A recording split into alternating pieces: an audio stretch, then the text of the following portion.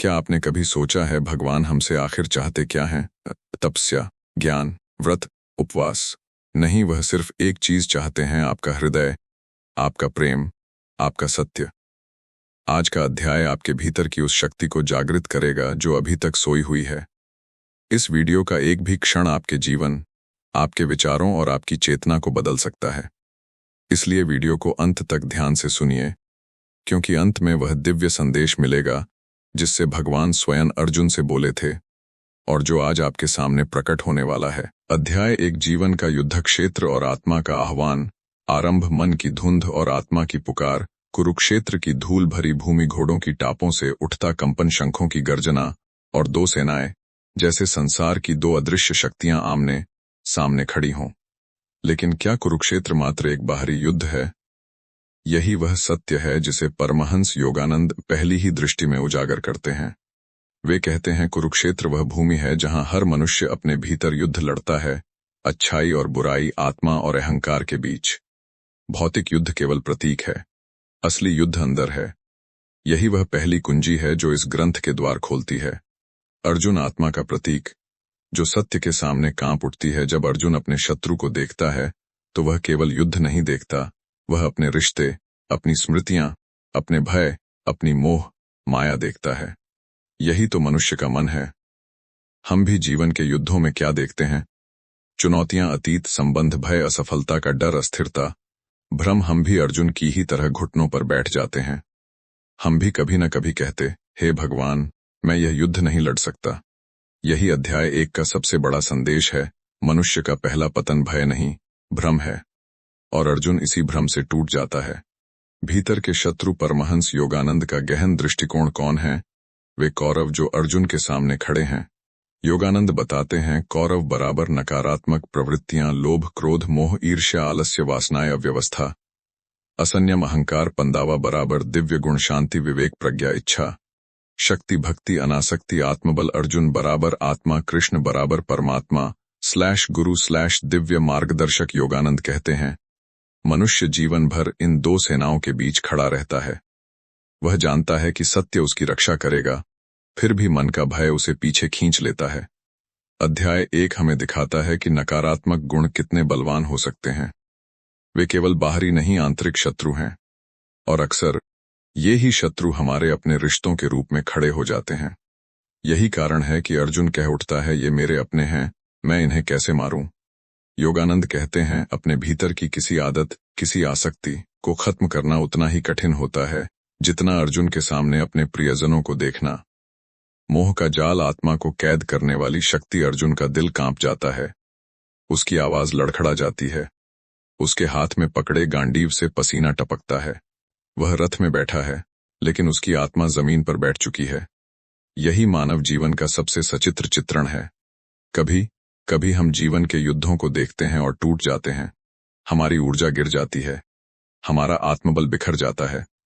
योगानंद कहते हैं, जब आत्मा देह चेतन होकर मोह में डूब जाती है, तब वह दिव्य मार्गदर्शन को पहचान नहीं पाती। अर्जुन की यह स्थिति दरअसल हर मनुष्य की स्थिति है। जीवन का पहला अध्याय आत्मसमर्पण, लेकिन कमजोरी वाला नहीं, ज्ञान की मांग वाला। अर्जुन घुटनों पर गिर जाता है, लेकिन वह पराजित नहीं है। उसकी आत्मा पुकार रही है, हे कृष्ण, मुझे सत्य दिखाइए, मुझे मार्ग दिखाइए।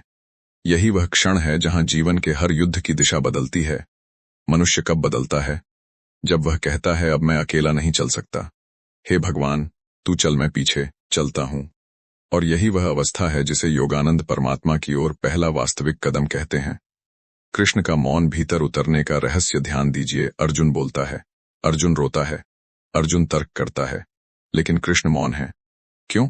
योगानंद कहते हैं, परमात्मा तब तक मौन रहता है जब तक आत्मा पूरी तरह सच्चाई की खोज में समर्पित न हो जाए। जब हम परेशान होते हैं, हम भी बार बार पूछते हैं, भगवान मेरी सुनते क्यों नहीं? लेकिन भगवान चुप नहीं होते, हमारा मन शोर कर रहा होता है। कृष्ण अर्जुन का शोर खत्म होने का इंतजार कर रहे हैं। प्रत्येक जीवन का वास्तविक प्रारंभ, गुरु की खोज। अध्याय एक का सार यह नहीं कि अर्जुन डर गया, असली सार यह है कि वह कृष्ण की शरण में आया। योगानंद कहते हैं, जब तक मनुष्य गुरु की शरण में नहीं आता, उसका जीवन वास्तविक अर्थ में शुरू नहीं होता। गुरु कौन? वह जो हमें हमारे भीतर के अंधकार से बाहर निकालकर प्रकाश में ला सके। और जब आत्मा पूरी तरह टूटकर कहती है मुझे देखना है, जानना है, उठना है, तब दिव्य गुरु बोलते हैं। यही अध्याय 1 का चरम है। अर्जुन अंततः कृष्ण से कहता है, मैं आपका शिष्य हूं, मुझे सिखाइए। अध्याय 1 का आध्यात्मिक संदेश योगानंद की दृष्टि में 1, जीवन एक युद्ध है, बाहरी नहीं आंतरिक। 2, अर्जुन बराबर आत्मा, कृष्ण बराबर परमात्मा / गुरु। 3, कौरव बराबर नकारात्मक प्रवृत्तियां जो हमें जीवन भर सताती हैं। 4, भ्रम और मोह मनुष्य को सबसे पहले गिराते हैं। 5, भगवान तभी बोलते हैं जब मन मौन होता है। 6, अर्जुन का टूटना हार नहीं, आध्यात्मिक जागरण की शुरुआत है। 7, सच्ची प्रार्थना तब होती है जब आत्मा कहती है मुझे मार्ग दिखाओ। अध्याय 2, कृष्ण का दिव्य उपदेश, आत्मा का विज्ञान और योग का प्रारंभ। उद्घाटन, मौन को तोड़ती दिव्यता की आवाज। अर्जुन रो पड़ा है, उसके हाथ कांप रहे हैं, उसका रथ महान युद्धभूमि के मध्य स्थिर है, पर उसका मन तूफान की तरह कांप रहा है। यहीं इस टूटन के केंद्र में पहली बार कृष्ण बोलते हैं। यह सिर्फ एक संवाद नहीं, आत्मा और परमात्मा का सीधा संवाद है। यही गीता के पूरे ज्ञान का जन्म है। परमहंस योगानंद कहते हैं, दिव्य ज्ञान तभी प्रकट होता है जब हृदय पूरी तरह विनम्र हो जाता है। अर्जुन विनम्र हो चुका था, अब वह सुनने के लिए तैयार था। कृष्ण का पहला शब्द, तुम व्यर्थ दुख क्यों कर रहे हो? यह प्रश्न साधारण नहीं है। भगवान अर्जुन से पूछ रहे हैं, क्या तुम्हारा दुख वास्तविक है या तुम्हारी अज्ञानता का भ्रम? योगानंद इस क्षण को आत्मिक झकझोर कहते हैं। हम जीवन में बार बार दुखी होते हैं, लेकिन क्या दुख सच्चा है या हम उन चीजों से चिपके हैं जो हमें छोड़नी चाहिए? कृष्ण कह रहे हैं, जिसका जन्म हुआ है वह मरेगा, जिसका निर्माण हुआ है वह बदलेगा, जो अस्थाई है वह तुम्हारे नियंत्रण में नहीं, तो फिर शोक क्यों? यह मानव इतिहास का सबसे क्रांतिकारी वाक्य है। अविनाशी आत्मा न कभी जन्म लेती है, न कभी मरती है। आत्मा का वैज्ञानिक सत्य। योगानंद की व्याख्या। परमहंस योगानंद गीता को केवल दार्शनिक नहीं, एक वैज्ञानिक आध्यात्मिक ज्ञान बताते हैं। कृष्ण आत्मा का वैज्ञानिक स्वरूप समझाते हैं। आत्मा जन्मरहित है, आत्मा मृत्यु रहित है, आत्मा शाश्वत है, आत्मा शरीर बदलती है पर स्वयं नहीं बदलती। आत्मा पर आग, जल, हवा, हथियार कुछ भी प्रभाव नहीं डाल सकते। कृष्ण का यह उपदेश मानसिक, भावनात्मक और आध्यात्मिक क्रांति है। योगानंद कहते हैं, मनुष्य का सबसे बड़ा भ्रम यह है कि वह अपने शरीर को अपना स्व मान बैठता है। जैसे कोई कपड़ा फट जाए और हम नया पहन लें, वैसे ही जिसने शरीर को पहना है वह आत्मा शरीर बदलती है। इस समझ को पकड़ लेने मात्र से भय आधा समाप्त हो जाता है। मरने का किसी को डर नहीं। कृष्ण का आघात। कृष्ण अर्जुन को झकझोरते हुए कहते हैं, तुम उस चीज के लिए शोक कर रहे हो जो मर ही नहीं सकती। यह वाक्य आज भी उतना ही प्रासंगिक है जितना उस युद्धभूमि पर था। हम किसके लिए शोक करते हैं? रिश्तों के लिए, हमारी छवि के लिए, पैसे के लिए, शरीर के लिए, काम, जीत, हार, अपमान। लेकिन क्या इनमें से कुछ भी हमेशा रहने वाला है? कृष्ण कहते हैं, जो बदलने वाला है वह तुम नहीं हो, जो नष्ट होने वाला है वह तुम नहीं हो, तुम वह हो जो सब विनाश के बाद भी बचा रहता है। यह सुनकर अर्जुन का मन थोड़ा शांत होता है, उसकी धड़कनों की गति धीमी पड़ती है और उसके भीतर पहली बार आध्यात्मिक हवा बहने लगती है।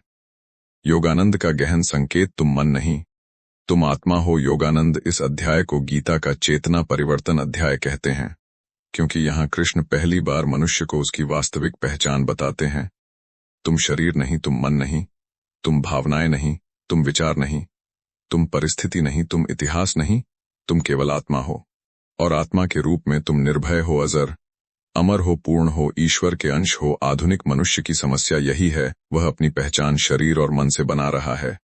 यही पहचान उसे डराती है, वही डर उसे गिराता है। कृष्ण उस पहचान को तोड़ रहे हैं।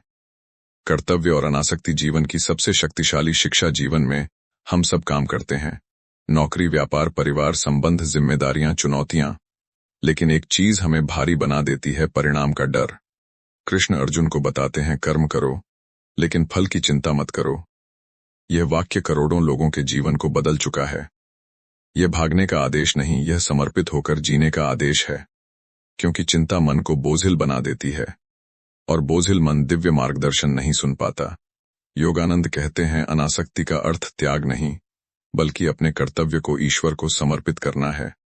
जब जीवन कर्तव्य बन जाता है और कर्तव्य पूजा, तब परिणाम भगवान की कृपा बन जाती है। मन की स्थिरता योग की पहली परिभाषा अध्याय 2 में कृष्ण पहली बार योग शब्द की दिव्य परिभाषा देते हैं। समत्वन योग उच्यते, अर्थ जिस अवस्था में मन सुख दुख लाभ हानि जीत हार में समान रहता है वही योग है। क्या यह आसान है? नहीं, लेकिन यही आध्यात्मिकता की असली शुरुआत है। योगानंद इसको समझाते हुए कहते हैं, मन एक बंदर की तरह है, यह हर क्षण उछलता है, भावनाएं बदलती रहती हैं, सोच अचानक बदल जाती है, लेकिन जब ध्यान के अभ्यास से मन शांत होने लगता है, तब भीतर से एक प्रकाश उठता है। उस प्रकाश को कृष्ण योग कहते हैं। अर्जुन का मोड़ निष्क्रियता से जागृति की ओर। अब अर्जुन धीरे धीरे उठ रहा है। उसकी आंखों में संदेह कम हो रहा है, उसका हृदय नरम हो रहा है और उसके कंधे पर पड़ा भारी बोझ हल्का। वह पूछता है, हे केशव, यह योग कैसे प्राप्त हो? यह प्रश्न नहीं, आध्यात्मिक यात्रा का द्वार है। अब अर्जुन केवल योद्धा नहीं रहा, वह साधक बन चुका है।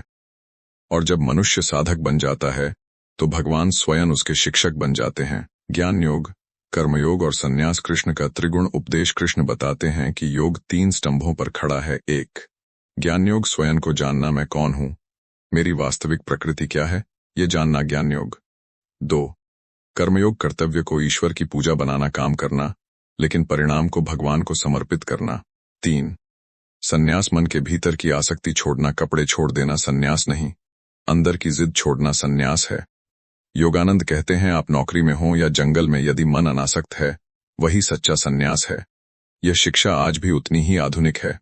स्थिर बुद्ध योगी अध्याय 2 की पराकाष्ठा। कृष्ण बताते हैं कि सच्चा योगी कैसा होता है, जो न बाहरी सुख से डगमगाए, न दुख से टूटे, न क्रोध उसे नियंत्रित करे, न भय उसे बांधे, न मोह उसे अंधा कर दे, जिसका मन दीपक की लौ जैसा स्थिर हो, जिसका हृदय हर क्षण ईश्वर में स्थित हो, जो भीतर ही भीतर आनंद का समुद्र महसूस करे, ऐसा व्यक्ति स्थिर बुद्ध योगी कहलाता है।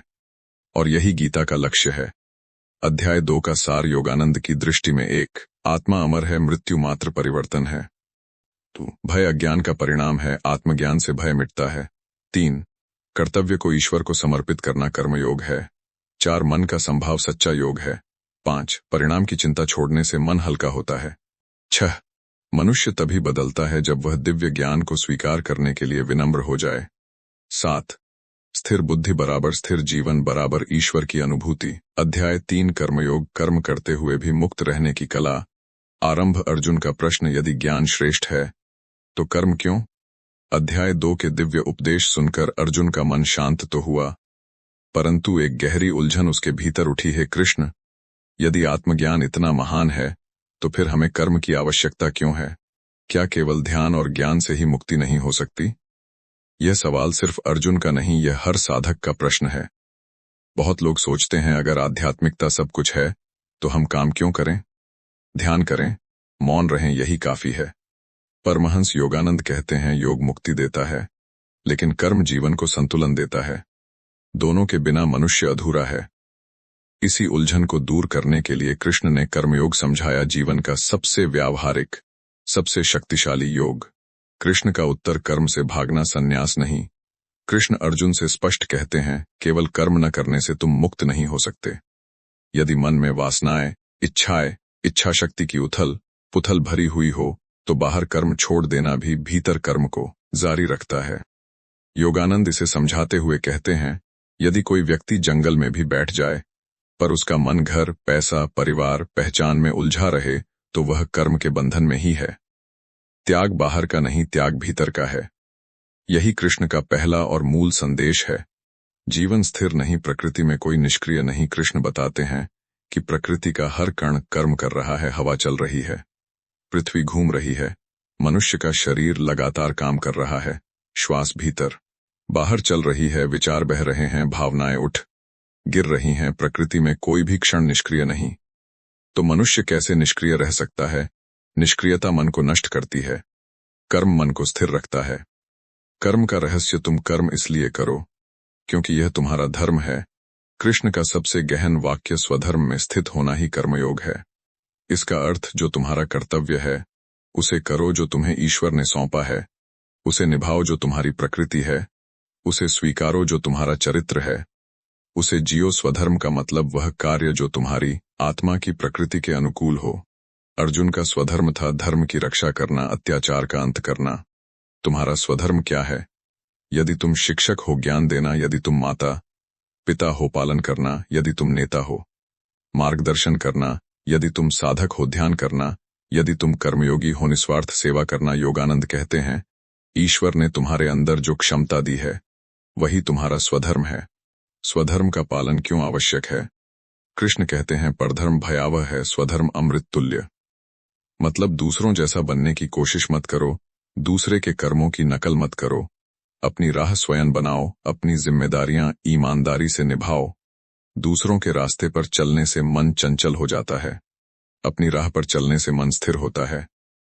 कर्म को कर्म न रहने देना, निष्काम कर्म का विज्ञान। कृष्ण एक अत्यंत अद्भुत सिद्धांत बताते हैं, कर्म करो लेकिन कामना छोड़ दो, यही निष्काम कर्म है। कर्म करना जरूरी है, लेकिन अपेक्षा, स्वार्थ, भय, परिणाम की चिंता, प्रशंसा की लालसा, दूसरों की राय लेकर जीना, यह सब छोड़ दो। कर्म करें, मन हल्का, फल की इच्छा मन भारी। जब मन भारी होता है, साधना असंभव हो जाती है। योगानंद कहते हैं, जिस क्षण तुम्हारा कर्म ईश्वर की पूजा बन जाता है, उसी क्षण कर्म बंधन नहीं, मुक्ति बन जाता है।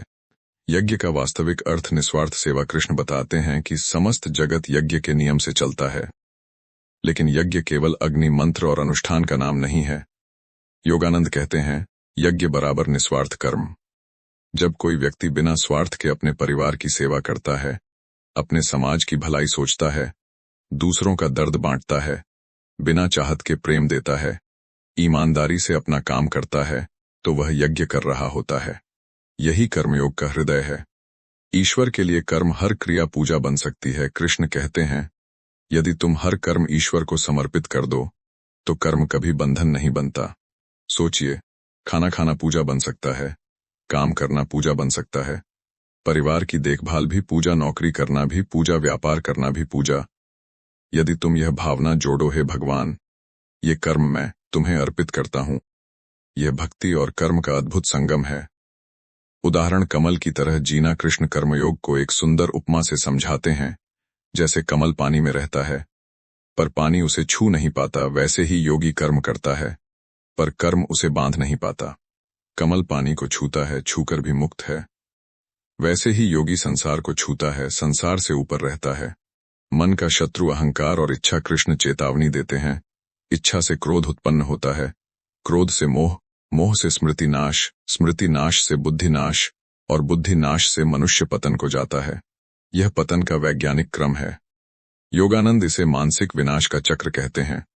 कृष्ण का संदेश स्पष्ट है, इच्छा कम करो, क्रोध अपने आप कम होगा, मोह टूटेगा, बुद्धि जागेगी, मन शांत होगा। यही कर्मयोग का मानसिक लाभ है। कर्मयोगी का स्वरूप कौन है? सच्चा कर्मयोगी। कृष्ण बताते हैं कि सच्चा कर्मयोगी वह है जिसके कार्य का आधार निस्वार्थता हो, जो काम करते हुए ईश्वर को याद रखे, जिसे परिणाम का अहंकार न हो, जिसका मन संतुलित हो, जिसमें करुणा और प्रेम हो, जो समाज की भलाई चाहता हो, जो अपना कर्तव्य पूरी लगन से करे, जो परिवार, समाज और ईश्वर तीनों के प्रति समर्पित हो। ऐसा व्यक्ति कर्म के बीच भी मुक्त रहता है। अध्याय 3 का सार। योगानंद की दृष्टि में 1, कर्म से भागने से मुक्ति नहीं मिलती। 2, सच्चा त्याग भीतर की आसक्ति छोड़ने में है। 3, स्वधर्म बराबर वह कार्य जो तुम्हारी आत्मा के अनुकूल है। 4, निष्काम कर्म बराबर बिना स्वार्थ के कर्म करना। 5, हर कर्म को ईश्वर को अर्पित करने से कर्म पूजा बन जाता है। 6, इच्छा, क्रोध, मोह, पतन, यह चक्र मनुष्य को गिराता है। 7, कर्मयोगी वही जो कर्म करता है लेकिन कर्म उसे बांध नहीं पाता। अध्याय 3 हमें सिखाता है, श्रेष्ठ जीवन बराबर श्रेष्ठ कर्म, श्रेष्ठ कर्म बराबर निस्वार्थ कर्म, और निस्वार्थ कर्म बराबर ईश्वर की ओर सीधा मार्ग। अध्याय 4 ध्यान योग, भीतर की दिव्य ज्वाला को जागृत करने का मार्ग। अध्याय 4 ध्यान योग, आत्मा को ईश्वर से जोड़ने की विज्ञानमय कुंजी। अध्याय 4 भगवद गीता का वह रत्न है जहां भगवान श्री कृष्ण अर्जुन को ध्यान योग का दिव्य विज्ञान प्रदान करते हैं, वह विज्ञान जो मानव की सीमित चेतना को असीम सत्ता से जोड़ देता है। परमहंस योगानंद जी इस अध्याय को प्राण की दिशा बदलकर भगवान तक पहुंचने की विज्ञान कहते हैं। यह केवल दर्शन नहीं, एक प्रैक्टिस, एक कुंजी, एक सीधा मार्ग है। और यही कारण है कि यह अध्याय सामान्य पाठकों को नहीं, बल्कि उन आत्माओं को पुकारता है जो सच में अपने भीतर छिपे परम प्रकाश को खोजने के लिए तैयार हैं। आइए इसे साधारण, सहज और प्रेरणादायक ढंग से समझते हैं। भाग 1, ईश्वर, ज्ञान का शाश्वत रहस्य जो समय से परे है। कृष्ण अर्जुन से कहते हैं, हे अर्जुन, यह योग मैं सूर्यदेव विवस्वान को पहले ही दे चुका हूं।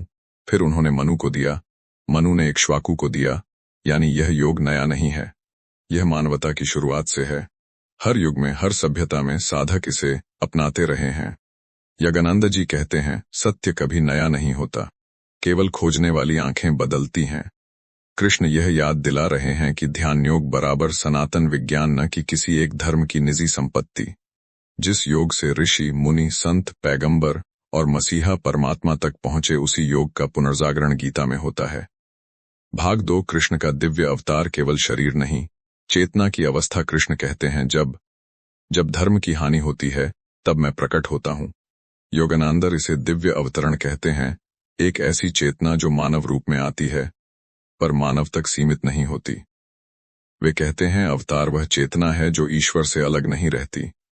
कृष्ण कोई सीमित मनुष्य नहीं, वे ब्रह्म की अभिव्यक्ति हैं जो अर्जुन की निराशा में प्रकाश बनकर उतरते हैं। ध्यान योग का मूल उद्देश्य भी यही है, मनुष्य को उस दिव्य चेतना में जागृत करना जो हमेशा से उसके भीतर है। भाग 3, कर्म का रहस्य, क्रिया रहित कर्म, कर्मरहित क्रिया। कृष्ण अर्जुन को एक अत्यंत गूढ़ सत्य बताते हैं, कर्म में उकर्म और उकर्म में कर्म जो देख लेता है वही ज्ञानी है। यानी कर्म कर रहा हूं, फिर भी भीतर पूर्ण स्थिरता, बाहर गतिविधि है पर भीतर मौन हाथ कार्य कर रहे हैं, पर हृदय ध्यान में है। योगानंदर कहते हैं, यह अवस्था तभी आती है जब प्राण बाहरी संसार से हटकर भीतर की दिशा में बहने लगता है। ध्यान योग मन को अशांत तरंगों से मुक्त कर स्थिर करता है। इस अवस्था में मनुष्य कर्म तो करता है पर कर्म उसे बांध नहीं पाते। भाग 4, तप, त्याग, स्वाध्याय योग की ऊंची सीढ़ियां। कृष्ण अलग अलग प्रकार के यज्ञ बताते हैं, ज्ञान यज्ञ, ध्यान यज्ञ, इंद्रिय नियंत्रण यज्ञ, प्राण यज्ञ। योगानंदर बताते हैं कि यह सभी यज्ञ अंततः ध्यान योग में मिल जाते हैं, क्योंकि ध्यान ही वह यज्ञ है जिसमें मन की सारी ऊर्जा, विचार, इच्छाएं, प्राण की धारा, सब कुछ वापस ईश्वर को समर्पित होता है। यह आंतरिक हवन है जिसमें अहंकार की आहुति परमात्मा की वेदी पर चढ़ती है। भाग 5, प्राण यज्ञ, ध्यान योग का वैज्ञानिक पक्ष। कृष्ण विस्तार से बताते हैं, कुछ साधक प्राण को अपान में और अपान को प्राण में समर्पित करते हैं, कुछ प्राणायाम करते हैं, कुछ इंद्रियों को अंतर्मुख करते हैं। यही योग का वैज्ञानिक भाग है जिसे योगानंद जी क्रिया योगा की जड़ कहते हैं। श्वास ही जीवन शक्ति प्राण का सबसे बड़ा माध्यम है। मन और श्वास साथ साथ चलते हैं। श्वास को नियंत्रित करो, मन स्वतः शांत हो जाता है। ध्यान योग का रहस्य श्वास में छिपा है। कृष्ण इसे संकेतों में बताते हैं, क्योंकि गोपनीय विज्ञान हर किसी के लिए नहीं, पर सिद्धांत सभी के लिए है। प्राण को भीतर मोड़ो, ईश्वर की ओर ले जाओ, मन शुद्ध होकर दिव्यता का अनुभव करेगा। भाग 6, ज्ञान यज्ञ सबसे श्रेष्ठ क्यों? कृष्ण कहते हैं, हे अर्जुन, सभी यज्ञों में ज्ञान यज्ञ सर्वोत्तम है। क्यों? क्योंकि कर्म सीमित हैं, हवन सीमित है, जप तप सीमित हैं, लेकिन ज्ञान, सच्चा ज्ञान मनुष्य को उसकी वास्तविक पहचान दिलाता है। तुम आत्मा हो, शरीर नहीं। योगानंदर कहते हैं, ज्ञान जन्म नहीं देता, ज्ञान मुक्ति देता है। ध्यान योग ज्ञान का द्वार है। ध्यान में ही आत्मा परमात्मा की पहचान करती है। भाग 7, गुरु की आवश्यकता। अर्जुन को भी अकेले ज्ञान नहीं मिला। इस अध्याय में एक दिव्य बिंदु छिपा है। कृष्ण कहते हैं, ज्ञान पाने के लिए गुरु के पास जाओ, उनसे विनम्रता, सेवा और प्रश्न द्वारा सीखो। यदि अर्जुन जैसा योद्धा जिसमें शक्ति, ज्ञान, साहस सब है, उसे भी गुरु की आवश्यकता है, तो हमें क्यों नहीं? यज्ञानंदर बार बार कहते हैं, गुरु वह होता है जो स्वयं परब्रह्म से मिल चुका है और वही तुम्हें भीतर की उस दिशा में ले जा सकता है। ध्यान योग बिना गुरु के अधूरा है, क्योंकि गुरु ही प्राण की सही दिशा दिखाता है। भाग 8, पवित्रता, स्मृति और आत्मबल का पुनर्जागरण। कृष्ण कहते हैं, ज्ञान के प्रकाश से जैसे अग्नि लकड़ी को जला देती है, वैसे ही सभी कर्म जल जाते हैं। ध्यान योग की अग्नि मन को शुद्ध करती है, अज्ञान को जलाती है, भय को भस्म करती है, भ्रम को मिटाती है, अहंकार को घोल देती है और फिर साधक केवल प्रकाश में बदल जाता है। यज्ञानंदर कहते हैं, ध्यान मनुष्य की स्मृति को ईश्वरीय स्मृति में बदल देता है। यह आत्मा का पुनर्जागरण है। भाग 10 योगी सभी साधकों में सर्वोच्च अध्याय का अंतिम वाक्य गीता के सबसे शक्तिशाली वचनों में से है। सभी योगियों में जो मेरा ध्यान करता है और प्रेम से मुझे भजता है, वही सर्वश्रेष्ठ योगी है। इससे स्पष्ट कर्म से ऊपर, ज्ञान से ऊपर, तप से ऊपर, त्याग से ऊपर ध्यान है। ध्यान वह पुल है जहां आत्मा परमात्मा से न केवल मिलती है बल्कि एक हो जाती है। अध्याय 6 का अंतिम सार ध्यान मन को ईश्वर में स्थिर करने की वैज्ञानिक प्रक्रिया है। मन ही मित्र और मन ही शत्रु, ध्यान इसे मित्र बनाता है। अभ्यास प्लस वैराग्य बराबर ध्यान की परिपूर्णता। ध्यान का फल शांति, करुणा, आनंद और एकता का अनुभव। जो साधक प्रेम से ध्यान करता है वही सर्वोच्च योगी है। अध्याय 5 कर्म संन्यास योग, त्याग नहीं, रूपांतरण का विज्ञान। अध्याय 5 कर्म संन्यास योग, बाहरी संसार में रहते हुए भीतर मुक्त होने की कला। भगवद गीता का 5वां अध्याय वह दिव्य संदेश है जो बताता है कि मोक्ष पाने के लिए जंगल, गुफाओं या संन्यास की आवश्यकता नहीं, मन का त्याग ही सच्चा त्याग है। परमहंसर योगानंदर इस अध्याय को कर्म करते हुए ईश्वर चेतना में स्थिर रहने की विज्ञानमय साधना बताते हैं। यह अध्याय हमें एक गहरा सत्य सिखाता है, कर्म से नहीं, अहम से मुक्ति चाहिए। संन्यास बाहरी रूप नहीं, आंतरिक अवस्था है। आइए इसे सरल, अनुभूति प्रधान और कथा शैली में समझते हैं। भाग 1, क्या महान मार्ग कर्मयोग है या संन्यास? अर्जुन का प्रश्न। अर्जुन पूछता है, हे कृष्ण, क्या मैं कर्म त्याग दूं या कर्म करते हुए ईश्वर को पाऊं? यह प्रश्न केवल अर्जुन का नहीं, हर साधक का है। हम सब कभी न कभी सोचते हैं, क्या आध्यात्मिक जीवन के लिए सामान्य जीवन छोड़ना जरूरी है? कृष्ण मुस्कुराते हैं। वे जानते हैं कि अर्जुन एक योद्धा है, कर्म पुरुष है, वह भागने के लिए नहीं बना। इसीलिए भगवान कहते हैं, दोनों मार्ग कर्म संन्यास और कर्मयोग मुक्ति देते हैं, परंतु कर्मयोग श्रेष्ठ है। क्यों? क्योंकि कर्म संन्यास बराबर केवल त्याग पर, कर्मयोग बराबर रूपांतरण। योगानंद जी कहते हैं, कर्मयोग वह मार्ग है जिसमें साधक संसार को छोड़े बिना ईश्वर को पा लेता है। भाग 2, सच्चा संन्यास कार्य का नहीं, कर्ता का त्याग। कृष्ण स्पष्ट करते हैं, संन्यास का अर्थ काम छोड़ना नहीं है। यदि काम छोड़ना ही मुक्ति देता तो सुस्ती भी आध्यात्मिकता कहलाती, परंतु ऐसा नहीं है। कृष्ण कहते हैं, जो व्यक्ति कर्म का फल त्याग देता है वही सच्चा सन्यासी है। यानी काम करो, ईश्वर को अर्पित करो, फल की चिंता मत करो, यही सच्चा त्याग है। योगानंद जी समझाते हैं, कर्म नहीं बांधता, मैं करता हूं का अहंकार बांधता है। जब कर्ता की भावना समाप्त हो जाए तभी कर्म ईश्वरीय बन जाता है। भाग 3, मन का संयम, भीतर की लड़ाई जीतना। कृष्ण कहते हैं, जिसने इंद्रियों को जीत लिया वह कर्म में भी मुक्त है। क्यों? क्योंकि कर्म बाहरी नहीं होते, कर्म का मूल मन है। इंद्रियां भटकेंगी तो कर्म भी भटकेगा, मन शांत होगा तो कर्म भी ईश्वरमय होगा। योगानंदर लिखते हैं, इंद्रियों को दबाओ मत, उन्हें प्राण को ऊपर चढ़ाकर शांत करो। ध्यान में प्राण ऊपर उठता है और जैसे ही प्राण उठता है इच्छाएं शांत होती हैं, वासनाएं बुझती हैं, मन स्थिर हो जाता है। यही है सच्चा संयम। भाग 4, मुक्त व्यक्ति न पाप उससे चिपकता न पुण्य। एक अद्भुत श्लोक है, ज्ञानी व्यक्ति न पाप करता है न पाप उसे छूता है। इसका अर्थ, क्या वह कुछ भी करे तो उसे पाप न लगे? नहीं, यहाँ कर्तृत्व मर जाता है। वह इस चेतना में पहुंचता है, मैं कुछ नहीं करता, सब ईश्वर करता है। जब व्यक्ति अहंकारहीन, इच्छारहित, आसक्तिहीन हो जाता है तभी वह ऐसे दिव्य स्तर पर पहुंचता है। योगानंदर कहते हैं, कर्म वही बांधते हैं जिनमें मैं का स्वाद हो। जहां मैं मिटा वहां ईश्वर बचा। भाग 5, मनुष्य क्यों भटकता है? अज्ञान का पर्दा। कृष्ण कहते हैं, अज्ञान मनुष्य के हृदय को ढंक देता है। यह अज्ञान कौन सा है? ये कि मैं शरीर हूं, मैं मन हूं, मैं कर्म हूं, मैं दुखी हूं, मैं अभागा हूं, मैं सीमित हूं। यह झूठी पहचान ही बंधन का मूल है। योगानंदर कहते हैं, ध्यान में ही यह अज्ञान जलता है। जैसे सूर्य आते ही अंधेरा गायब हो जाता है, ज्ञान अंधकार को मिटाता नहीं, बस रोशनी कर देता है। भाग 6, ध्यान योग कर्मयोग की आत्मा। कृष्ण कहते हैं, जिस मनुष्य का मन ईश्वर में स्थिर है वह कर्म करता हुआ भी निश्चिंत रहता है। यह अवस्था कैसे आए? योगानंदर स्पष्ट बताते हैं, ध्यान से। ध्यान मन को शांत, निर्मल, अनासक्त बनाता है। ध्यान ही वह पुल है जो संसार और ईश्वर के बीच खड़ी दीवार को गिरा देता है। कर्मयोग का सार ही यह है, कर्म बाहर हो परंतु मन भीतर ईश्वर में डूबा हो। भाग 7, समत्व आनंद का द्वार। कृष्ण कहते हैं, जो सुख दुख में सम रहता है वही योगी है। क्योंकि जिसका सुख बाहर की चीजों पर निर्भर है, लोग कैसे हैं, दफा कहाँ मिली, पैसे कितने आए, प्रशंसा मिली या नहीं, वह कभी स्थिर नहीं रह सकता। पर जो ईश्वर चेतना में स्थिर हो जाता है, उसका सुख बाहर नहीं, भीतर होता है। योगानंदर कहते हैं, ध्यान से जो आनंद मिलता है वह किसी बाहरी वस्तु पर निर्भर नहीं होता। यही स्थायी आनंद है। भाग 8 कर्मयोग की चरम अवस्था ब्रह्मनिर्वाण। कृष्ण कहते हैं, जिसने इच्छाओं को त्याग दिया, जिसने मन और इंद्रियों को जीत लिया, वह ब्रह्म में लीन हो जाता है। ये कोई मृत्यु के बाद मिलती अवस्था नहीं, ये इसी जीवन में पाई जा सकती है। इसी अवस्था को योगानंदर कहते हैं लिविंग लिबरेशन, जीवन मुक्ति। ऐसा व्यक्ति कर्म करता है परंतु कर्म उसे छू नहीं पाते। वह बोलता है परंतु भीतर मौन है। वह ईश्वर में स्थिर है, चाहे संसार के बीच ही क्यों न हो। यह अध्याय हमें बताता है, मुक्ति दुनिया छोड़कर नहीं, उससे ऊपर उठकर मिलती है। अध्याय 5 का अंतिम सार कर्म से नहीं, कर्मफलों से आसक्ति बंधन है।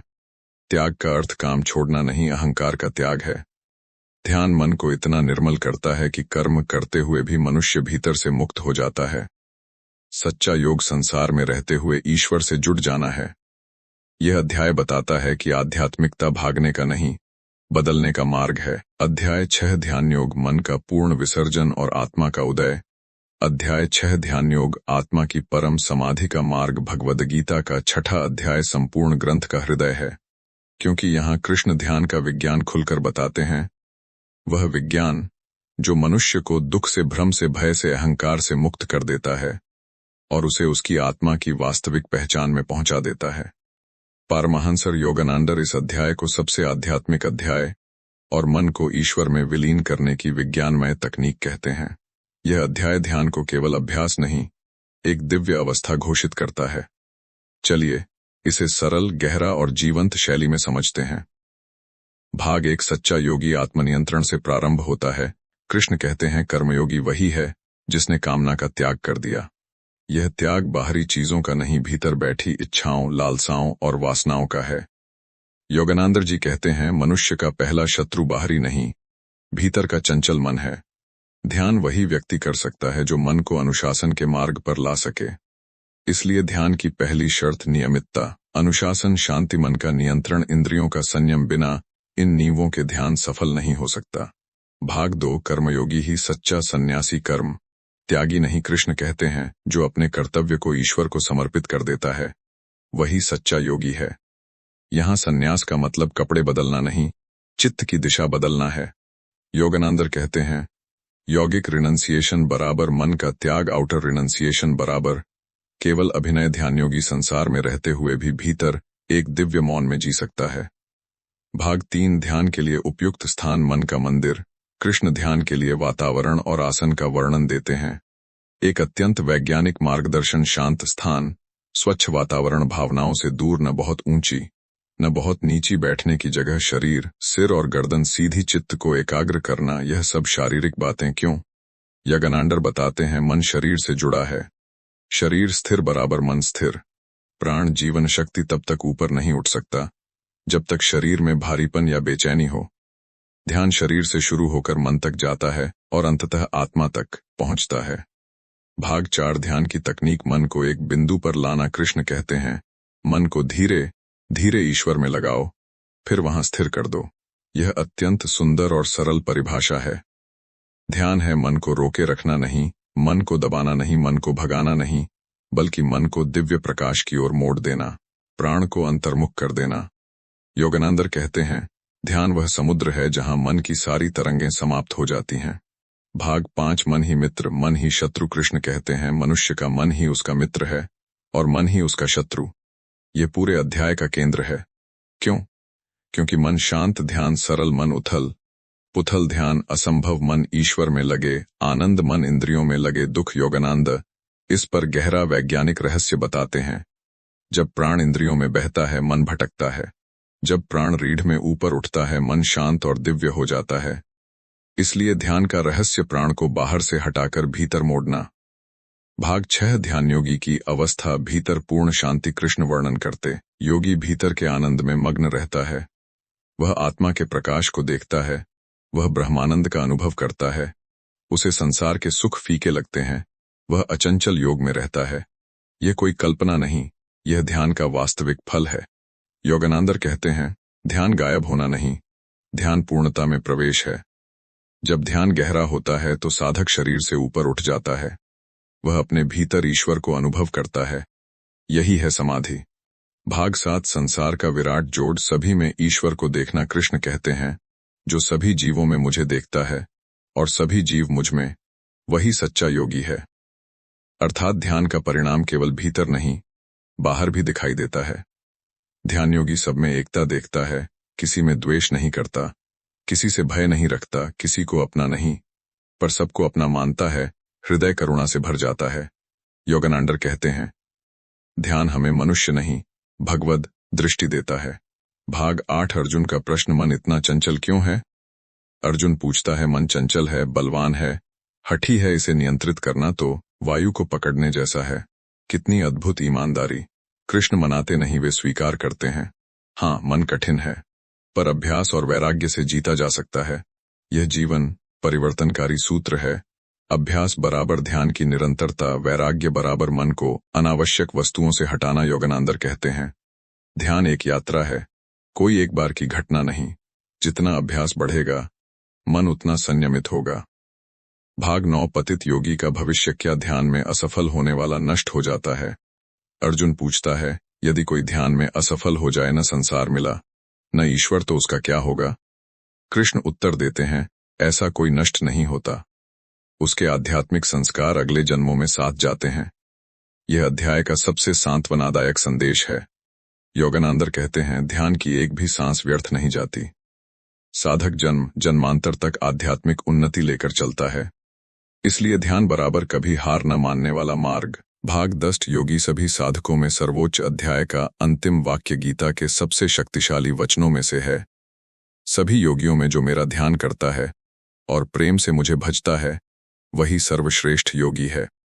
इससे स्पष्ट कर्म से ऊपर, ज्ञान से ऊपर, तप से ऊपर, त्याग से ऊपर ध्यान है।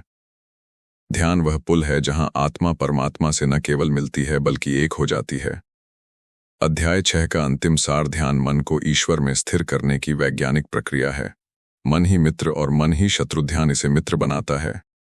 अभ्यास प्लस वैराग्य बराबर ध्यान की परिपूर्णता। ध्यान का फल शांति, करुणा, आनंद और एकता का अनुभव। जो साधक प्रेम से ध्यान करता है वही सर्वोच्च योगी है। अध्याय 7 परम ज्ञान और परम तत्व का गहन रहस्य। अध्याय 7 में भगवान श्री कृष्ण अर्जुन को परम ज्ञान और परम तत्व विज्ञान का वह दिव्य स्वरूप प्रकट करते हैं, जिसे समझ लेने पर मानव जीवन का अंतिम उद्देश्य बदल जाता है। इस अध्याय को योगानंद जी ने अत्यंत सूक्ष्मता से समझाया है कि आध्यात्मिक यात्रा सिर्फ ज्ञान का संग्रह नहीं, बल्कि अनुभूति की कला है। यह अध्याय पूरे ग्रंथ का हृदय है, क्योंकि यहाँ भगवान को कैसे जाना जाए यह रहस्य खुलता है। चलिए अब इस अध्याय में गहरे उतरते हैं। परम ज्ञान क्या है? True divine knowledge. Yogananda ji कहते हैं कि ज्ञान 2 प्रकार का होता है। एक अपरा ज्ञान, प्रकृति, शरीर, मन, विज्ञान, संसार से जुड़ा ज्ञान। 2 पराज्ञान, ईश्वर का अनुभव, आत्मा की अनुभूति। श्री कृष्ण अर्जुन से कहते हैं, हे अर्जुन, अब मैं तुझे वह ज्ञान और वह विज्ञान दूंगा जिसे जानकर कुछ और जानना शेष नहीं रहेगा। ये केवल पढ़ने या सुनने वाला ज्ञान नहीं है, यह अनुभव है। ये वह स्थिति है जब मन शांत होता है और आत्मा अपने वास्तविक घर में विश्राम करती। 2 तत्व विज्ञान, अनुभव का मार्ग। योगानंद जी समझाते हैं कि भगवान कृष्ण यहाँ विज्ञान शब्द का उपयोग करते हैं। विज्ञान का अर्थ है परीक्षण योग्य, अनुभव योग्य सत्य। ईश्वर ज्ञान भी विज्ञान है, जिसे ध्यान, प्राणायाम, ईश्वर चिंतन और योग साधना से अनुभव किया जा सकता है। यहाँ योगानंद जी क्रिया योग की गहराई बताते हैं कि जब श्वास शांत होती है, मन शांत होता है, तब आत्मा से ईश्वर का प्रकाश प्रकट होता है। 3 ईश्वर की अनगिनत अभिव्यक्तियां। श्री कृष्ण अपने विस्तार को समझाते हुए कहते हैं, मेरी ऊर्जाएं संसार के हर कण में व्याप्त हैं। योगानंद जी इसे बेहद सरल तरीके से समझाते हैं। पानी का स्वाद ईश्वर का ही अंश है, अग्नि की गर्मी ईश्वर की प्रेरणा है, सूरज और चांद का प्रकाश ईश्वर की छाया है, जीवन शक्ति प्राण ईश्वर की सांस है, मन में उठने वाली सद्बुद्धि ईश्वर का मार्गदर्शन है। जब भक्त संसार को इस दृष्टि से देखता है, हर वस्तु, हर परिस्थिति उसे एक दिव्य संदेश देती है। चार चार प्रकार के भक्त। चार द्वार। कृष्ण अर्जुन को बताते हैं कि लोग चार कारणों से भगवान की ओर मुड़ते हैं। एक, दुख में पड़ा हुआ संकट में भगवान को पुकारता है। दो, ज्ञान की खोज करने वाला सत्य को जानना चाहता है। तीन, धन, सफलता और सिद्धि चाहने वाला। चार, सच्चा ज्ञानी भक्त केवल प्रेम के कारण ईश्वर से जुड़ता है। योगानंद जी कहते हैं, सभी मार्ग अच्छे हैं, परंतु चौथा सबसे शुद्ध और शांत है। 5, अविद्या का जाल। क्यों लोग भगवान को नहीं पहचानते? कृष्ण कहते हैं, माया के कारण लोग मेरे वास्तविक स्वरूप को पहचान नहीं पाते। योगानंद जी इसे कॉस्मिक भ्रम कहते हैं। मनुष्य जगत के नाटक में इतना उलझ जाता है कि वह स्वयं लेखक और निर्देशक ईश्वर को भूल जाता है। यह माया 3 रूपों से मनुष्य को बांधती है। तमस आलस्य, अज्ञान रजस इच्छाएं, दौड़ भाग सत्व सुख नैतिकता। परंतु फिर भी बंधन इन तीनों को पार करने पर ही दिव्य अनुभूति आती है। 6, ईश्वर तक पहुंचने का एक ही मार्ग प्रेम व एकाग्र भक्ति। योगानंद जी स्पष्ट कहते हैं, ईश्वर कठिन नहीं, सरल हैं। उन्हें पाने के लिए लंबी प्रक्रियाओं की आवश्यकता नहीं, सच्चे मन की भक्ति, निरंतर स्मरण और ध्यान पर्याप्त है। श्री कृष्ण का संदेश, जो मनुष्य मुझे निरंतर स्मरण करता है, मैं उसे कभी नहीं छोड़ता। यह भक्ति केवल पूजा पाठ नहीं, बल्कि जीवन के हर पल में ईश्वर की उपस्थिति का अनुभव है। 7, रूप से परे, निराकार से परे परमात्मा का वास्तविक स्वरूप। कृष्ण बताते हैं कि लोग किसी मूर्ति में, किसी अवतार में, किसी शक्ति में, किसी सूक्ष्म ऊर्जा में ईश्वर को खोजते हैं, लेकिन परमात्मा इन सब रूपों से परे है। वह ब्रह्म है, अनंत, असीम, सर्वव्यापी। योगानंद जी इसे ऐसे समझाते हैं, जैसे बिजली के अनेक उपकरण होते हैं पर ऊर्जा एक ही होती है, वैसे ही ईश्वर की अनगिनत अभिव्यक्तियां हैं पर स्रोत एक ही है। 8, भगवान की कृपा कब मिलती है? भगवान स्वयं कहते हैं, जो मुझे एकनिष्ठ होकर चाहता है, मैं स्वयं उसे मार्ग दिखाता हूं। योगानंद जी कहते हैं, भगवान की कृपा नियम तोड़कर नहीं आती, वह तब मिलती है जब मन शांत हो, इच्छा भ्रम पिघल जाए, हृदय प्रेम से भर जाए, तभी ईश्वर का स्पर्श अनुभव में आता है। 9, अध्याय 7 का मुख्य संदेश सार सूत्र। यह अध्याय 3 महा रहस्य देता है। 1, ईश्वर विज्ञान है, अनुभव किया जा सकता है। ईश्वर सर्वव्यापी है, हर कण में, हर शक्ति में। 3, भक्ति और ध्यान ही ईश्वर तक पहुंचने का सबसे सुगम मार्ग है। साधना, क्रिया, योग, मन को शांत करना, ईश्वर का स्मरण, यही अर्जुन का मार्ग था, यही हमारा मार्ग है। अध्याय 7 हमें आत्मा की गहराई में ले जाता है और कहता है, ईश्वर कहीं बाहर नहीं है, वह अभी इसी क्षण आपकी प्रत्येक श्वास में है। अध्याय 8 अक्षर ब्रह्म योग।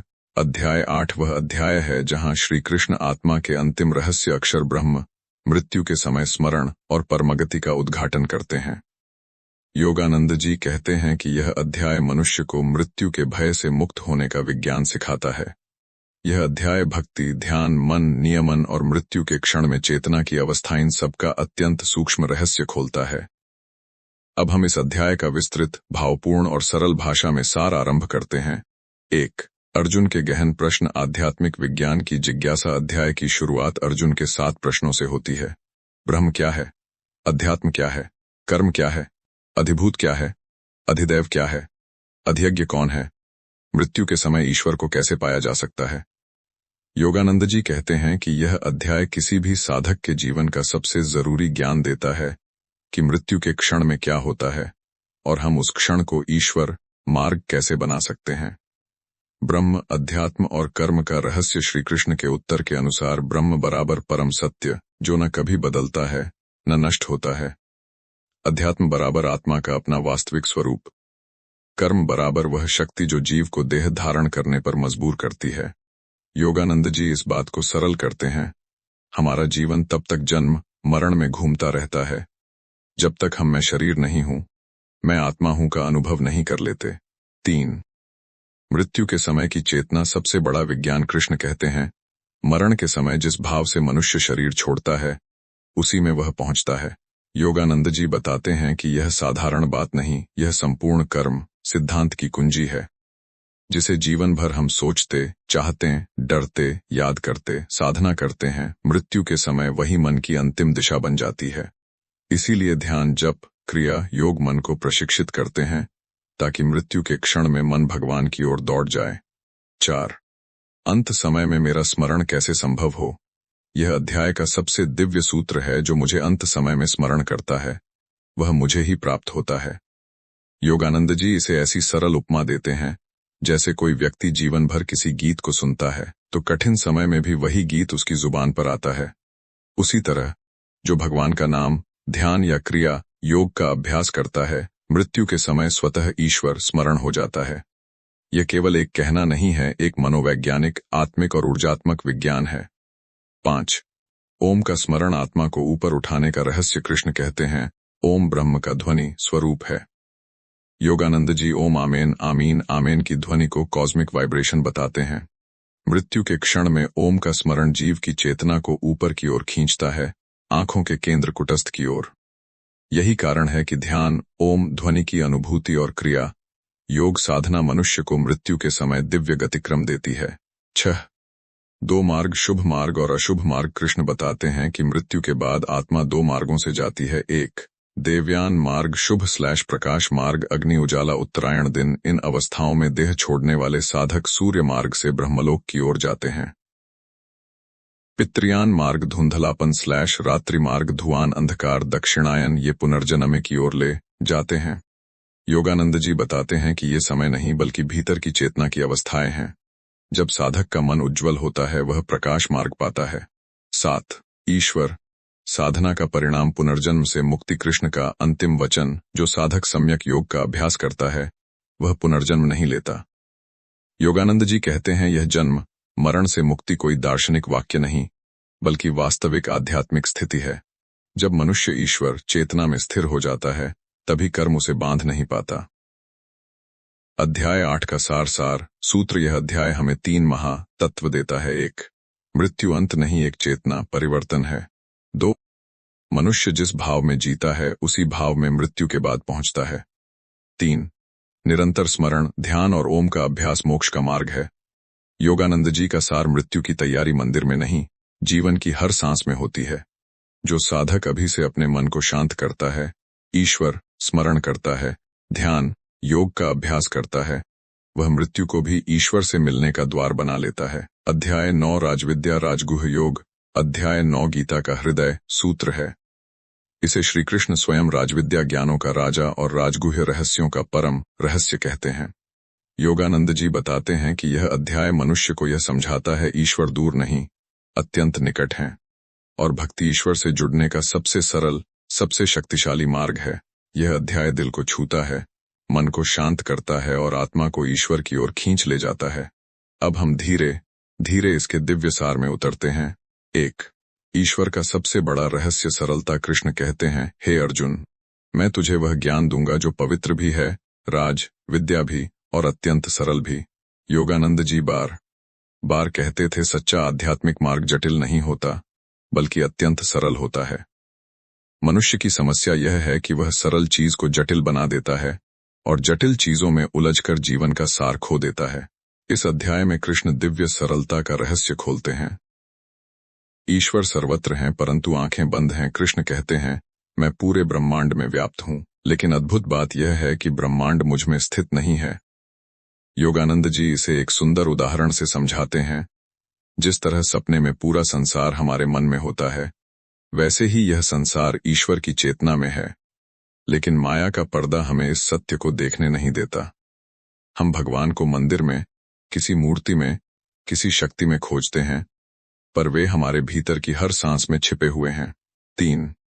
ईश्वर हमारा शत्रु नहीं, हमारा प्रेमी है। कृष्ण कहते हैं, मैं सभी जीवों का समान रूप से प्रिय हूं।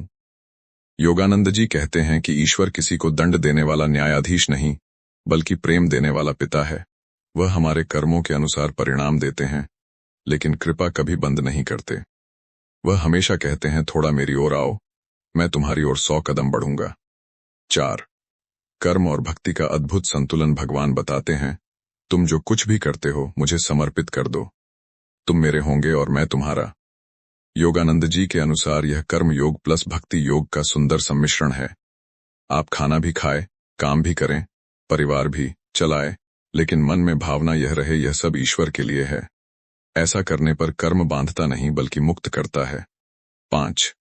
भक्ति का रहस्य। योगानंद जी का स्वर्ण सूत्र। कृष्ण कहते हैं, यदि कोई मुझे प्रेम से एक पत्ता एक फूल थोड़ा जल भी अर्पित करे, मैं उसे प्रसन्न होकर स्वीकार करता हूं। योगानंद जी इस पर कहते हैं, ईश्वर भाव से बंधते हैं, वस्तु से नहीं। पूजा की महंगी वस्तुएं भगवान को प्रभावित नहीं करती। उन्हें चाहिए बस एक सच्चा, निर्मल और प्रेम से भरा हृदय। जब भक्त यह समझ लेता है, भक्ति सहज हो जाती है। 6 सदा मेरा स्मरण करो, मैं तुम्हारी रक्षा करूंगा। श्री कृष्ण का संदेश मेरा स्मरण करो, मेरी शरण में आओ, मैं तुम्हें हर पाप और दुख से मुक्त कर दूंगा। योगानंद जी कहते हैं, मुक्ति का यह सबसे सरल और सबसे सुंदर मार्ग है। यदि मन डगमगाए, गिर जाए, तो भी ईश्वर कहते हैं, बस मेरी ओर देखो, मैं पकड़ लूंगा। 7 पापी, पतित, निम्न सबको ईश्वर स्वीकारते हैं। कृष्ण कहते हैं, जो लोग निम्न जाति, स्त्री, वैश्य, शूद्र या कोई भी पापी क्यों न हो, यदि वे मेरी शरण में आ जाए तो उन्हें भी परमगति मिलती है। योगानंद जी इस पर कहते हैं, यह वचन मानव इतिहास का सबसे शक्तिशाली स्वीकार है। यह बताता है कि ईश्वर के दरबार में किसी का कोई वर्गीकरण नहीं। जो प्रेम करता है वही भगवान का प्रिय है।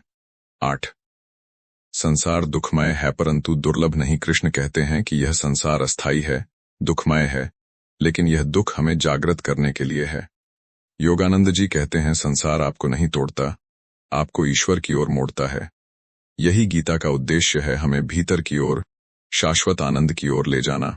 9 अध्याय 9 का सार सूत्र। यह अध्याय 3 महान सत्य देता है। 1 ईश्वर अत्यंत निकट हैं, सर्वत्र, हर कण में, हर हृदय में। 2 भक्ति सबसे सरल, सबसे शक्तिशाली, सबसे श्रेष्ठ मार्ग है। 3 ईश्वर भाव से बंधते हैं, इनकी दिखावे, पूजा, पद्धति और बाहरी क्रिया से। योगानंद जी का निष्कर्ष, यदि प्रेम है तो ईश्वर दूर नहीं, यदि स्मरण है तो मुक्ति सहज है, यदि समर्पण है तो जीवन प्रकाश बन जाता है। अध्याय विभूति योग। अध्याय वह अध्याय है जहां भगवान श्री कृष्ण अपने अनंत स्वरूप, अपनी दिव्य महिमा, विभूतियों और संसार में व्याप्त अपनी ऊर्जा और चेतना को प्रकट करते हैं। योगानंद जी कहते हैं कि यह अध्याय साधक को एक नई दृष्टि देता है। दुनिया ईश्वर से भरी हुई है। जो इस सत्य को देख लेता है, उसका हर क्षण ध्यान बन जाता है। अब हम इस अध्याय में गहराई से प्रवेश करते हैं। 1 अर्जुन की स्तुति, पूर्ण समर्पण का भाव। अर्जुन कहता है, हे कृष्ण, आप परब्रह्म हैं, परमधाम हैं, शाश्वत पवित्र चेतना हैं। यही सत्य नारद, व्यास और अन्य ऋषि भी कहते हैं। अर्जुन के हृदय में अब कोई संशय नहीं रहा। योगानंद जी कहते हैं, सच्ची अध्यात्म यात्रा यहीं से शुरू होती है, जब हृदय ईश्वर की उपस्थिति को स्वीकार कर लेता है। 2 भगवान का दिव्य उत्तर, मैं सबका जन्मदाता हूं। कृष्ण कहते हैं, हे अर्जुन, मैं सबका मूल कारण हूं। समस्त ब्रह्मांड मुझसे उत्पन्न हुआ है। बुद्धिमान वही है जो इसे समझ लेता है और मेरे प्रति भक्ति करता है। योगानंद जी बताते हैं कि यह कोई दार्शनिक दावा नहीं, यह कॉस्मिक चेतना का अनुभव है। जो साधक ध्यान और योग में आगे बढ़ता है, उसे दिखाई देता है कि सब कुछ ईश्वर की कंपन, ऊर्जा, वाइब्रेशन से बना है। 3 ईश्वर के मुख्य दिव्य गुण। योगानंद जी की व्याख्या। कृष्ण अपने अनगिनत गुण बताते हैं। योगानंद जी उन्हें अत्यंत सरल रूप में समझाते हैं। 1 ज्ञान हर बुद्धि का स्रोत। 2 विवेक सही चुनाव की प्रेरणा। 3 क्षमा हृदय की शांति। 4 सत्य सृष्टि की नींव। 5 संयम आत्मा की शक्ति। 6 धैर्य मन की स्थिरता। 7 अहिंसा प्रेम का सर्वोच्च रूप। 8 समता मन की दिव्यता। 9 तप साधना की आग। श्रद्धा आध्यात्मिक यात्रा की जड़। यह केवल गुण नहीं, प्रत्येक गुण में ईश्वर का अंश है। इन गुणों को अपनाने से मनुष्य दिव्यता प्राप्त करता है। 4 मैं श्रेष्ठतम हूं। भगवान की विभूतियां। यह अध्याय के सबसे प्रसिद्ध श्लोकों में आता है। कृष्ण बताते हैं कि वे संसार की श्रेष्ठतम वस्तुओं में प्रकट होते हैं। योगानंद जी के अनुसार इन विभूतियों का अर्थ है, जहां कहीं भी उत्कृष्टता, सौंदर्य, शक्ति, करुणा, प्रतिभा या सत्य है, समझ लो वहां ईश्वर की चमक छिपी है। कृष्ण अपनी विभूतियों को उदाहरणों से समझाते हैं। देवताओं में इंद्र, ऋषियों में वशिष्ठ, प्रकाशों में सूर्य, पर्वतों में मेरु, मनुष्यों में राजा, पशुओं में सिंह, पक्षियों में गरुड़, नदियों में गंगा, शस्त्रों में सुदर्शन चक्र, महीनों में मार्गशीर्ष, ऋतुओं में वसंत, ग्रंथों में गीता का सार, संगीत में ओम की नाद ध्वनि। योगानंद जी कहते हैं, यदि साधक इन विभूतियों को समझ लेता है तो उसे लगता है कि भगवान हर ओर नृत्य कर रहे हैं। ध्यान साधना में विभूतियों का महत्व। योगानंद जी बताते हैं कि विभूतियां केवल दर्शन के लिए नहीं, ध्यान के लिए संकेत हैं। जब साधक ध्यान में प्रकाश, कंपन, शांति, आनंद अनुभव करता है, वह उसी विभूति का अनुभव है। अर्थात विभूतियां बाहरी नहीं, भीतर की अनुभूतियां भी हैं। 6. अर्जुन का अनुरोध, मुझे अपनी महिमा विस्तार से बताओ। अर्जुन भगवान से कहता है, हे कृष्ण, मैं आपकी विभूतियों को सुनकर तृप्त नहीं होता। कृपया मुझे विस्तार से बताइए कि किस रूप में आप संसार में प्रकट हैं। यह प्रश्न किसी जिज्ञासा से नहीं, प्रेम और समर्पण से भरा हुआ है। योगानंद जी कहते हैं, साधक का हृदय जब ईश्वर से भर जाता है तो वह भगवान को हर जगह देखना चाहता है। 7. भगवान का अंतिम संदेश, मेरी शक्ति अनंत है। कृष्ण कहते हैं, हे अर्जुन, मेरी विभूतियों का अंत नहीं है। मैं जहां भी उत्कृष्टता, शक्ति, सौंदर्य, सत्य या संतुलन देखता है, वहीं स्वयं प्रकट होता हूं। योगानंद जी कहते हैं, ईश्वर केवल मंदिर में नहीं, बल्कि हर सुंदर, सही, दिव्य और प्रेरणादायक चीज में मौजूद हैं। यदि साधक यह दृष्टि पाले तो समस्त जीवन ईश्वर का खेल बन जाता है। अध्याय का सार सूत्र, यह अध्याय हमें 3 महा ज्ञान देता है। 1. भगवान की हर विभूति उनकी ऊर्जा और चेतना का प्रकट रूप है। 2. उत्कृष्टता का हर रूप ईश्वर की ओर ले जाने वाला द्वार है। 3. ध्यान, भक्ति और श्रद्धा से संसार का रूप, रंग बदल जाता है, क्योंकि साधक को हर जगह ईश्वर दिखने लगते हैं। योगानंद जी का अंतिम संदेश, विभूति योग साधक को यह सिखाता है कि भगवान कहीं दूर नहीं, वे इस संसार की हर सुंदरता में मुस्कुरा रहे हैं। अध्याय 11 विश्वरूप दर्शन योग। अर्जुना की आंखों में जिज्ञासा, श्रद्धा और थोड़ी सी घबराहट, सब कुछ मिला जुला था। अब तक उसने श्री कृष्ण को मित्र, सारथी, गुरु और भगवान सभी रूपों में एक एक करके देखा था, लेकिन अब उसके भीतर एक नया प्रश्न उठ रहा था, क्या भगवान को उनकी संपूर्णता में देखा जा सकता है? यही प्रश्न था जिसने अध्याय 11 को जन्म दिया, विश्व रूप दर्शन। अर्जुन की अद्भुत प्रार्थना। अर्जुन ने कृष्ण के चरणों में प्रणाम करके कहा, हे योगेश्वर, आपने जो ब्रह्मज्ञान मुझे दिया है, जिससे मैं यह समझ पाया कि आप ही कारण हैं, आप ही करता हैं, आप ही विधाता हैं, यह अनुग्रह अद्वितीय है। लेकिन मैं आपको उसी रूप में देखना चाहता हूं जो पूरे ब्रह्मांड का स्रोत है। आपको उस विराट रूप में देखना चाहता हूं जहां सृष्टि, पालन और प्रलय तीनों समाहित हों। अगर आप कृपा करें तो मुझे वह दिव्य रूप दिखाइए। कृष्ण मुस्कुराए। यह मुस्कान साधारण नहीं थी, यह सृष्टि की मुस्कान थी, जिस मुस्कान से ब्रह्मांड बना है। दिव्य चक्षु भगवान का वरदान। कृष्ण बोले, अर्जुन, तुम मुझे अपने इन साधारण नेत्रों से नहीं देख सकते। मेरी लीला, मेरा स्वरूप इंद्रियों की पकड़ में नहीं आता, इसलिए मैं तुम्हें दे रहा हूं दिव्य चक्षु। उन आंखों से तुम मेरा विश्वरूप देख सकोगे। अर्जुन ने महसूस किया कि उसकी चेतना का विस्तार हो रहा है। मन जैसे 1000 सूर्यों की रोशनी से भर गया हो। वह नहीं रहा जो कुछ क्षण पहले था। विश्वाइक शरीर में, और फिर वह दृश्य प्रकट हुआ जिसे शब्दों में बांधना असंभव है, परंतु श्रद्धा उसे अनुभव में बदल देती है। अर्जुन ने देखा अनगिनत मुख, अनगिनत नेत्र, अनगिनत रूप, अनगिनत तेज, अनगिनत दिशाएं, अनगिनत ब्रह्मांड, सब एक ही शरीर में, श्री कृष्ण में। वह देख रहा है कि एक शरीर में सूर्य भी है, चंद्र भी है, तारे भी हैं, धर्म भी है, अधर्म भी है, रचना भी है, विनाश भी है। अर्जुन स्तब्ध था, उसकी सांसें तक रुक गई थीं। कालसर्व भक्षक अर्जुन ने देखा, दिग्गज योद्धा, महायोद्धा, राजवंश, साम्राज्य, सब कृष्ण अग्नि में समा रहे हैं। प्रलय की ज्वाला जैसे एक एक करके सबको निगल रही हो। वह भयभीत हो उठा। वह कांपते हुए बोला, हे नाथ, आप कौन हैं?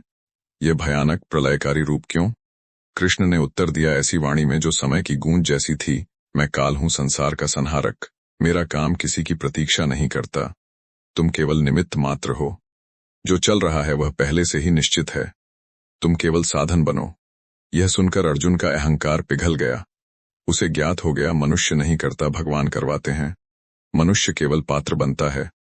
अर्जुन का भय और विनती। अर्जुन डर गया। उसने कहा, हे करुणानिधान, मैं आपके इस प्रलय रूप को सहन नहीं कर पा रहा हूं। कृपा करके अपना मंगलकारी 4 बाहु रूप धारण कीजिए। कृष्ण ने तत्क्षण अपना सौम्य, शांत, चतुर्भुज और फिर मनुष्य रूप धारण किया। उनकी मुस्कान वही थी, आश्वस्त करती हुई।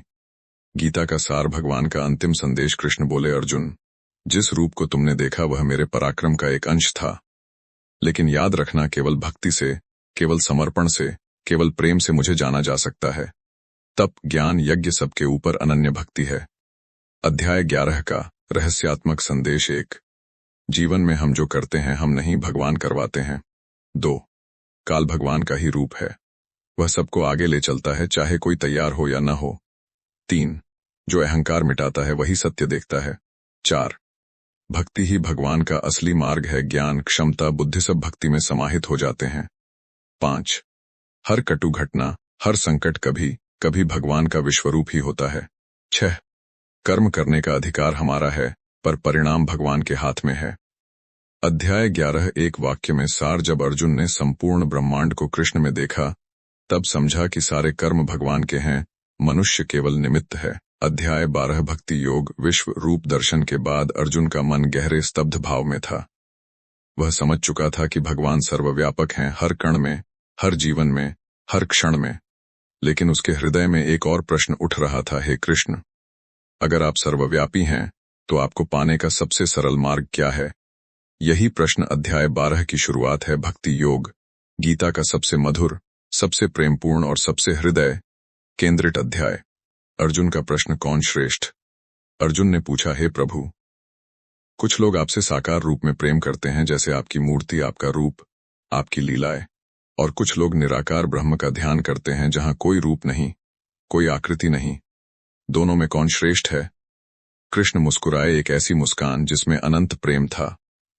कृष्ण का मधुर उत्तर, भक्ति सबसे सहज। कृष्ण बोले, अर्जुन, दोनों मार्ग शुभ हैं, लेकिन मेरी भक्ति करने वाले, मेरे रूप में प्रेम करने वाले मेरे सबसे निकट हैं, क्योंकि मैं प्रेम से बंध जाता हूं। ज्ञान की गहराई महान है, लेकिन प्रेम उसमें सहजता है, मिठास है। भक्त कैसा होता है? भगवान बताते हैं। कृष्ण ने एक एक गुण गिनाते हुए कहा, जो ईर्ष्या से रहित है, जो मन वाणी कर्म से सबको शुभ चाहता है, जो अहंकार त्याग देता है, जो सुख दुख में सम रहता है, जो क्षमाशील है, जो संतोषी है, जो मन और इंद्रियों को जीत चुका है, जो अपनी वाणी आहार निद्रा सब में संयमी है, ऐसे लोग अर्जुन मुझे अत्यंत प्रिय हैं। अर्जुन सुनता जा रहा था, हर गुण उसके हृदय में उतरता जा रहा था। उसे महसूस हुआ कि भक्ति का मार्ग कठोर तपस्या का मार्ग नहीं है, यह तो हृदय का मार्ग है। कृष्ण का सरल मार्ग, कर्म को अर्पित करो। कृष्ण बोले, कठिन साधनाएं जरूरी नहीं। अगर तुम मुझसे प्रेम करते हो तो अपना हर कार्य मुझे अर्पित करो। खाना, चलना, सोना, बोलना सब मुझे सौंप दो। जब तुम अपने कर्मों को फल की इच्छा से मुक्त कर देते हो तब तुम सीधे मेरे हृदय में स्थान पाते हो। यह अद्भुत था। भगवान स्वयं कह रहे थे, बस प्रेम करो, बाकी मैं संभाल लूंगा। भक्ति बराबर सरलता प्लस समर्पण। कृष्ण ने आगे कहा, अर्जुन, अगर ध्यान नहीं होता तो अभ्यास करो। अगर अभ्यास कठिन लगे तो मेरे लिए कर्म करो। अगर वह भी कठिन लगे तो अपने हर कर्म का फल त्याग दो। त्याग ही शांति है। यह गीता का दुर्लभ सार था, कठिन को आसान बनाना। कृष्ण कभी भी जटिल मार्ग नहीं बताते, वह हमेशा कहते हैं, जहां से हो, जैसे हो, बस प्रेम से चलो, मुझे तुम मिल जाओगे। सच्चा भक्त कैसा?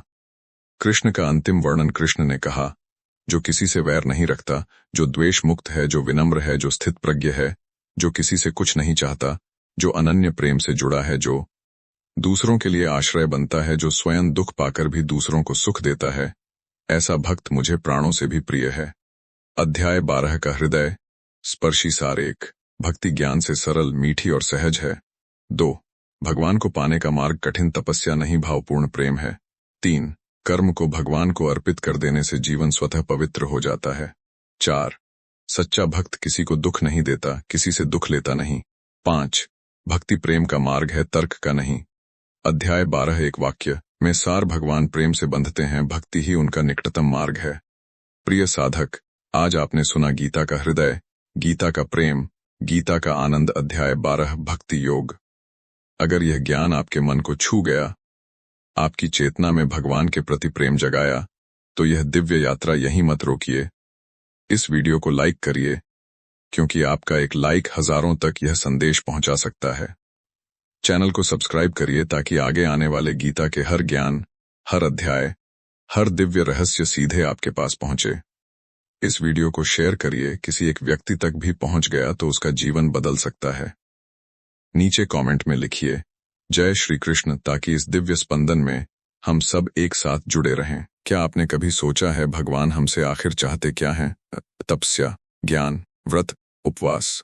नहीं, वह सिर्फ एक चीज चाहते हैं, आपका हृदय, आपका प्रेम, आपका सत्य। आज का अध्याय आपके भीतर की उस शक्ति को जागृत करेगा जो अभी तक सोई हुई है। इस वीडियो का एक भी क्षण आपके जीवन, आपके विचारों और आपकी चेतना को बदल सकता है।